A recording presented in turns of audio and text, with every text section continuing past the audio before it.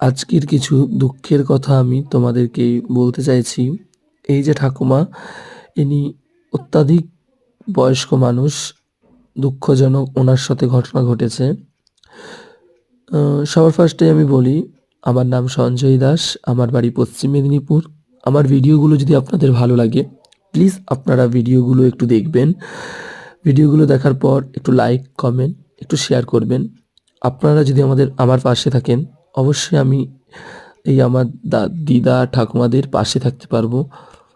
অবশ্যই আমিও চাই আপনারাও বয়স্ক দিদা ঠাকুমাদের পাশে আসুন, হেল্প করুন, ওদের সহযোগিতা করুন, ওদের সাথে থাকুন।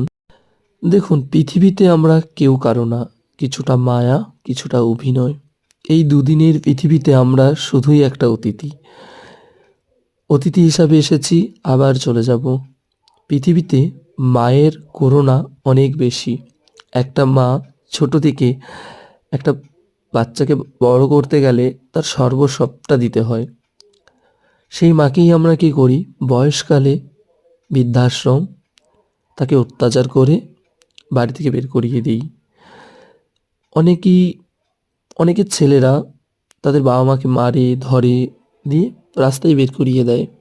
কেন করো? আরে মা, মা তো আমাদের জন্মদাতা না? ছোট থেকে তিনি বড় করলেন, স্নেহ ভালোবাসা দিয়ে আঁকড়ে রেখে। আমরা কিভাবে পারি? যে সমস্ত বাবা মা আজকে ঘরের বাইরে কান্না করছে, দুঃখ, কষ্ট, আর সবথেকে বড় জিনিস যেটা, না খেতে দেয়া। যেই মা একসময় না খেয়ে আমাদেরকে খাইয়েছে, আজকে আমরা সেই মাকেই না খেতে দিয়ে বাড়ি থেকে বার করিয়ে দিচ্ছি। তো সবাইকে আমি এটাই বলবো, আমার এই ভিডিওগুলো যে সমস্ত দাদা ভাই, দিদি ভাই, দাদা, কাকিমা, জেঠিমা, জেঠু যিনিই দেখছেন, প্লিজ আমার ভিডিওগুলো একটু দেখবেন, লাইক, কমেন্ট করবেন। আপনারাও বয়স্ক ঠাকুমা, দাদু, বাবা মায়ের পাশে থাকবেন, ওনাদেরকে দুমুঠো দুবেলা খেতে দেবেন, আর ভালো থাকবেন।